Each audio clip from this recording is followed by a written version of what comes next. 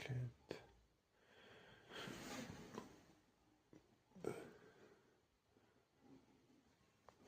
Due to the current circumstances, What? we are unable to provide the latest headlines. For some reason, time seems to be moving backwards.